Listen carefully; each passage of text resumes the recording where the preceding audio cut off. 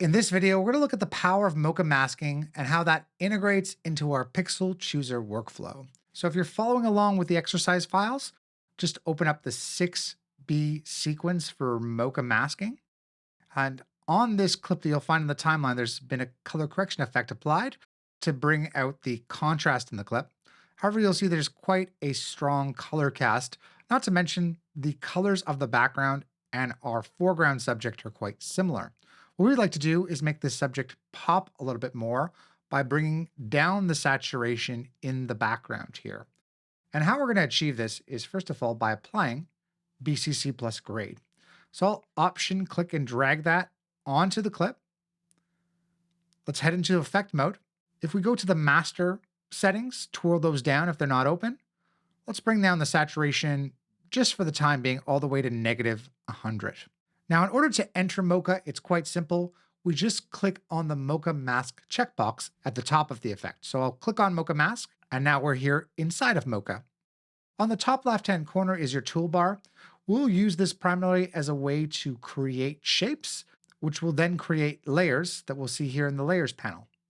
This is also our gateway because we're in the Essential workspace to define how we'd like to track our image. In the center here is our viewer, a picture of our image, and the ability to play back our video clip. We could also add keyframes to our masks in very intuitive ways, which we'll get into in a little bit. So I would like to separate the subject here, not to mention his neck, from the background. And the best way to work with Mocha is to think about your subjects and your objects as different planes. A brick wall is a plane, not to mention this plane has a bunch of texture in it that we can use as tracking information. Our subject's face is actually multiple planes. On one plane, we have his pupils. On another plane, we have his eyelids, etc., etc.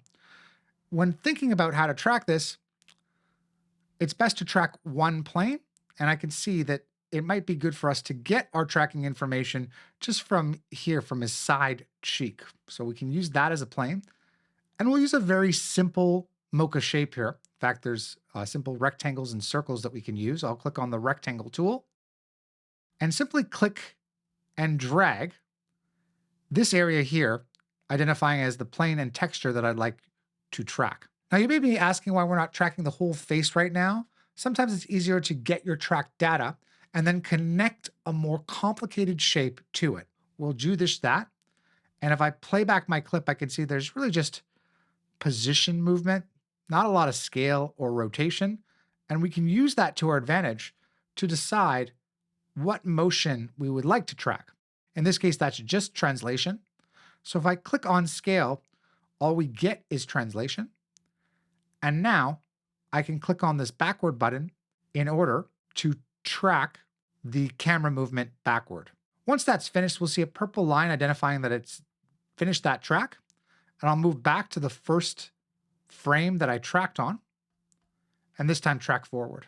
It's always important to check the accuracy of your tracks. So just down in the viewer, let me press the play backward button.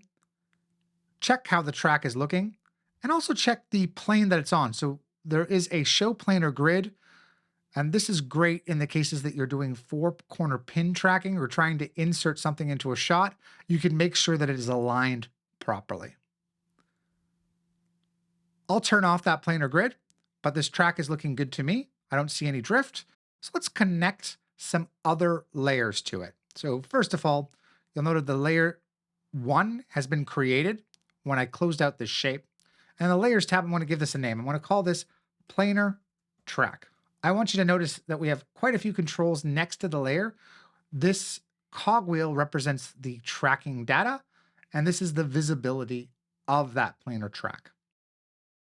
In order to connect a more complicated shape to it, this time I want to select one of the most used tools in Mocha, which is the X-Spline tool, and we'll start to draw a mask around this person's face. So I'll click just on the top left-hand corner of his ear and continue to make points around his head. Now, if you want to zoom in on this image, if you hold down the Z key temporarily, you can zoom in, and we can use the X key temporarily to pan across the image. getting us closer to the subject as we're creating this mask.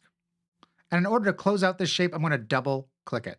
A really handy shortcut key to just zoom out or fit to the window, I'm going to press Shift 8, and that's going to fit the image to the window so we can see the new mask that we created, which is called Layer 2, and we'll double click to rename that face. Since we don't want to track this, we're going to link it to the planar track. And how we do that is with the layer selected, we'll go to our layer properties. You'll see that there's a link to track option. Right now it's associated with its own tracking data. We can just change that to the planar track. And just notice that once I do, the cogwheel here has disappeared in the layers tab. That's because it's using the planar tracking track data.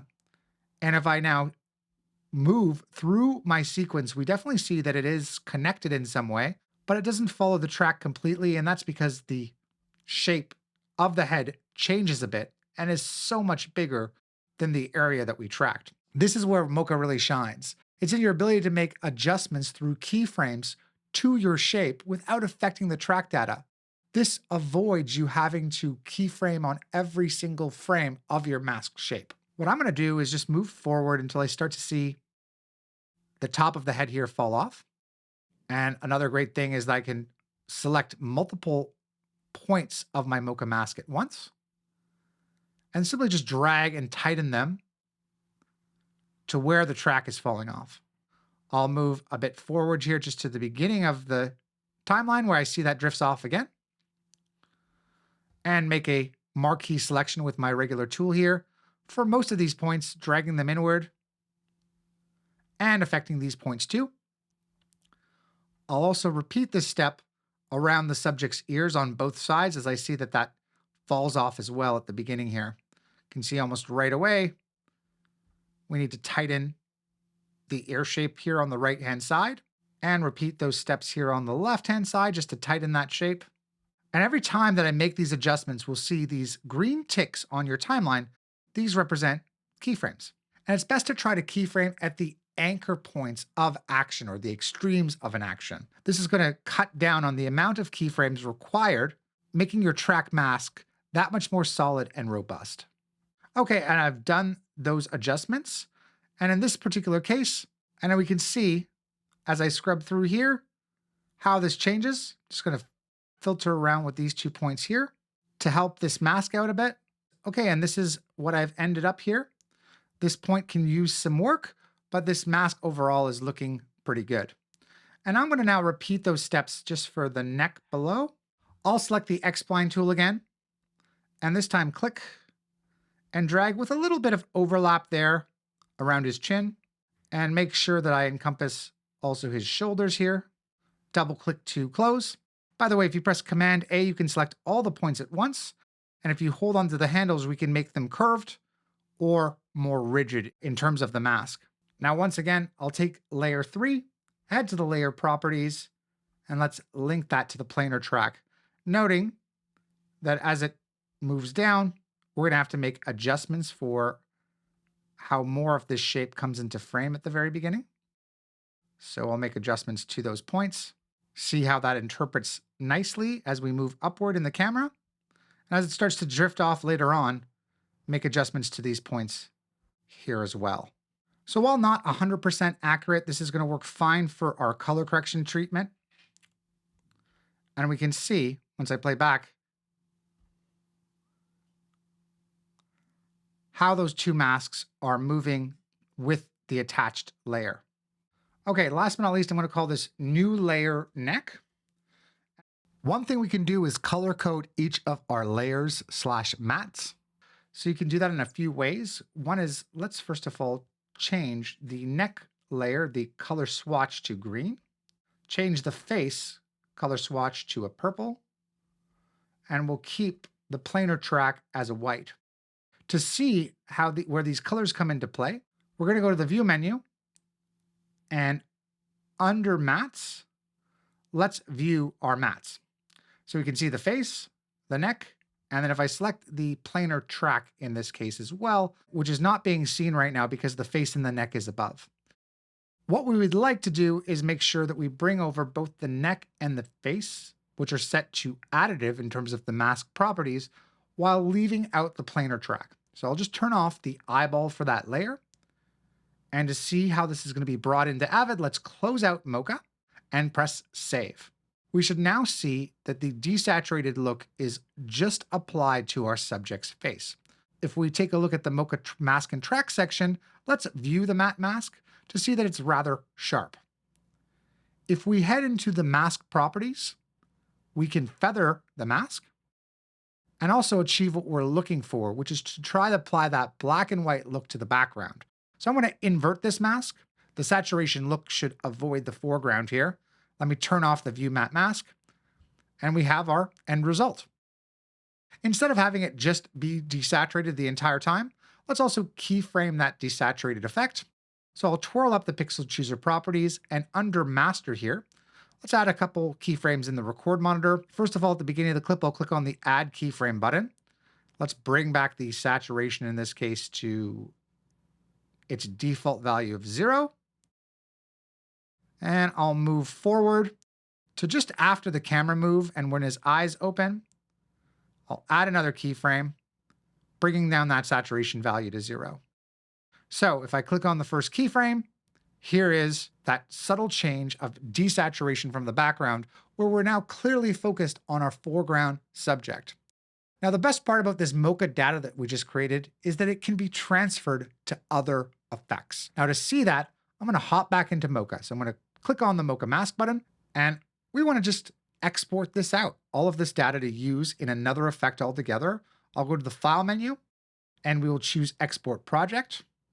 I already have a Mocha Mask folder created, but let's just call this Mask Avid.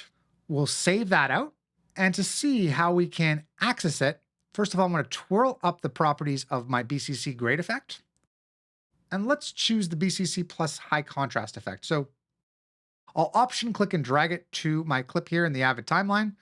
The high contrast is applied to the entire clip. But this time, let's now go into Mocha. And inside of Mocha, we're going to go to the File menu and choose Open Project. Here, we'll select the Mask Avid Mocha project that we just exported out. And all of those masks are now brought in to that high contrast effect. If I head back into the host, you'll notice that the high contrast effect is just limited to our subject here.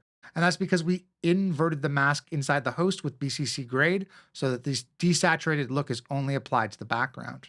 Now let's do a similar treatment. So over time, in this case, I am going to, first of all, add a keyframe at the beginning of this clip. Let's increase the contrast even more so the subject looks like there's a shadow over him. Move further in the timeline to where the camera movement is stopped. Add another keyframe at this point in time, and now decrease the contrast quite a bit. In this case, we're just fading our subject up over time as that camera movement happens and the desaturation happens with the background, but to very specific regions of our frame. So this is just the beginning of using Mocha for masking purposes and limiting effects with Mocha masks. In the next video, we're going to see how we can use position data with lens flares and other elements that we might want to be tracked and integrated into a scene.